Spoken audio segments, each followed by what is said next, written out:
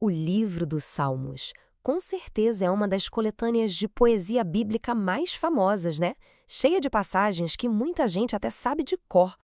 Mas a gente já parou para pensar em como ele foi montado? A ideia mais comum é que é só uma antologia, um lugar para a gente pescar nossos poemas favoritos, quase como montar uma playlist. Isso!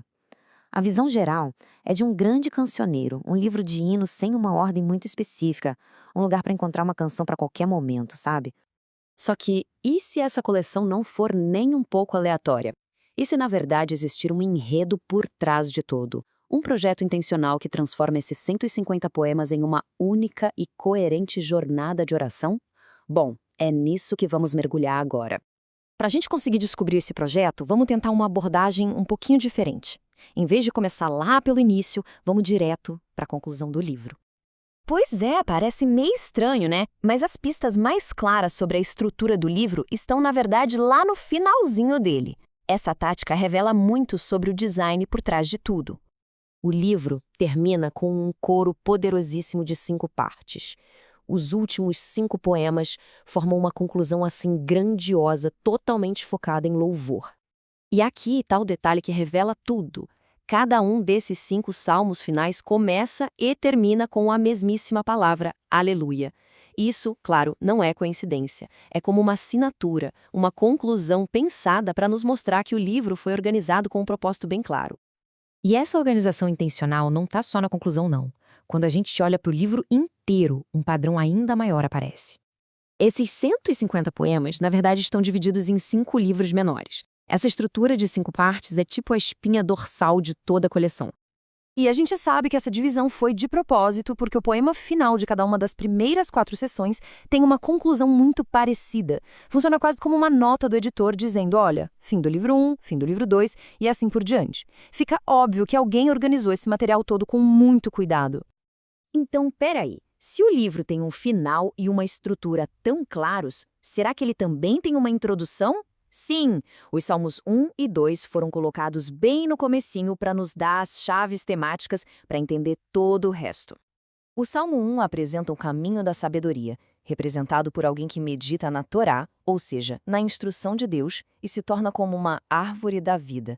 Já o Salmo 2, por outro lado, apresenta a fonte da esperança, a promessa de um futuro rei, o Messias, que vai trazer justiça ao mundo. Sabedoria e esperança. Esses são os 2 grandes temas que vão guiar essa jornada.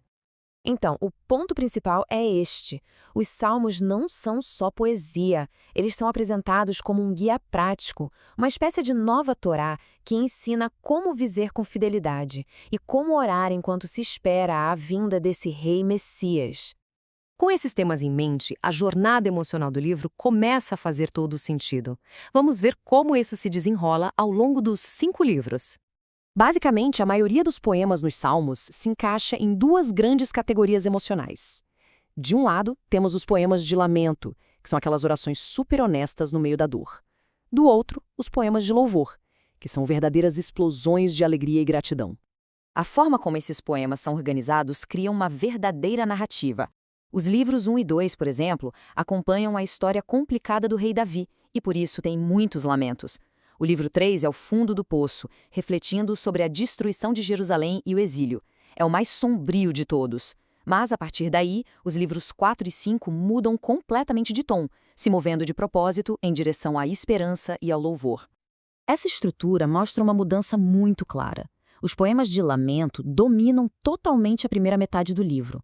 Mas na segunda metade, os poemas de louvor se tornam bem mais frequentes, até culminar naquele final de Aleluia em 5 partes. É uma jornada cuidadosamente construída, que vai da dor para a esperança. Mas por que criar uma jornada de oração tão complexa assim? Qual era o objetivo final de todo esse design? A resposta está no contexto histórico da época. Quando o Templo de Jerusalém foi destruído e os israelitas foram para o exílio, eles perderam um lugar central da sua adoração. A grande pergunta deles era: e agora? Como vamos nos encontrar com Deus? E o livro dos Salmos foi a resposta. Ele foi projetado para ser um templo móvel. Isso mesmo, um templo feito de palavras.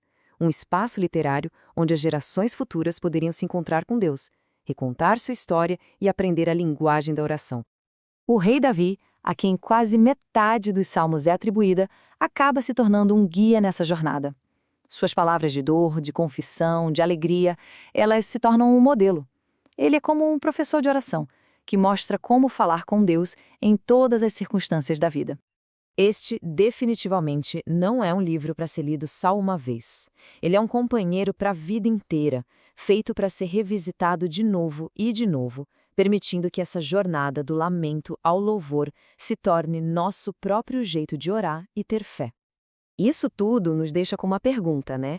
Ao entender os Salmos não como uma coleção aleatória, mas como um guia intencional, de que forma essa jornada tão antiga que vai da dor à esperança pode nos dar um roteiro para navegar as complexidades da nossa própria vida hoje?